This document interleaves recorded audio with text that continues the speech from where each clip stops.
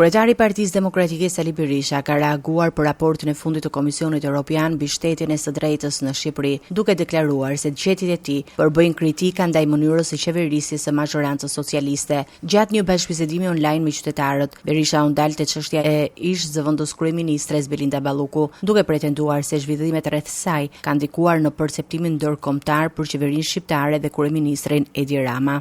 Por një raport tjetër që vjen nga Komisioni Evropian për Shtetin Ligjor, mediat e lira, drejtësinë, damkos Edi Ramën dhe regjimin e tij në mënyrën më të fuqishme. Mbrojtjen që ai bëri korrupsionit të Lubi Ballukut me emër, sulmet e paprincipa ndaj organeve të drejtësisë nga Edi Rama, korrupsionin e shfrenuar të policisë së shtetit dhe organeve dhe institucioneve të tjera.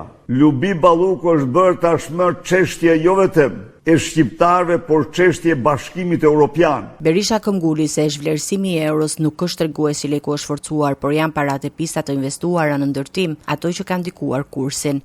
Pretendoj dje se është shehje ekonomisë së fortë, sharlatan dhe qesharak. Po të marrim një vend tjetër që nuk është në sistemin e euros, Norvegjin, e cila ka vetëm fondin e investimeve mbi 1 trilion fondi i investimeve dhe ka një nga ekonomitë më të fuqishme gjatë 10 viteve të fundit.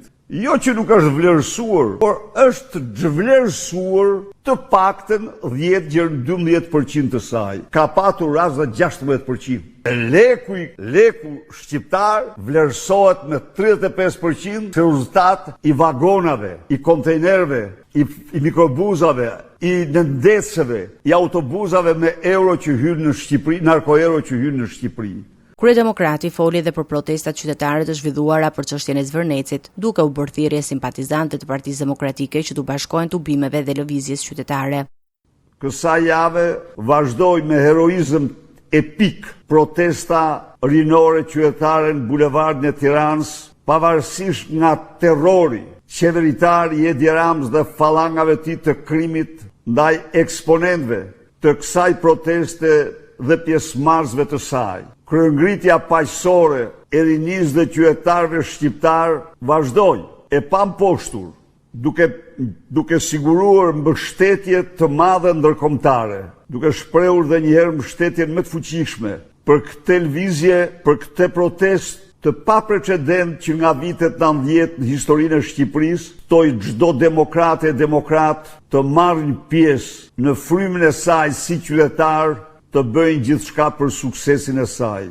Një tjetër çështje e komentuar nga kreu i demokratëve ishte reagimi i Tiranës zyrtare ndaj deklaratave të ministres serbe Snežana Paunović, e cila u shpreh se nëse do të ishte në vend të Slobodan Miloševićit në vitin 1998, do të kishte kryer spastrim etnik në Kosovë. Berisha akuzoi qeverinë shqiptare se nuk ka mbajtur shëndrim të mjaftueshëm ndaj kësaj deklarate dhe e lidhi këtë me marrëdhëniet mes kryeministrit Rama dhe presidentit serb Aleksandar Vučić.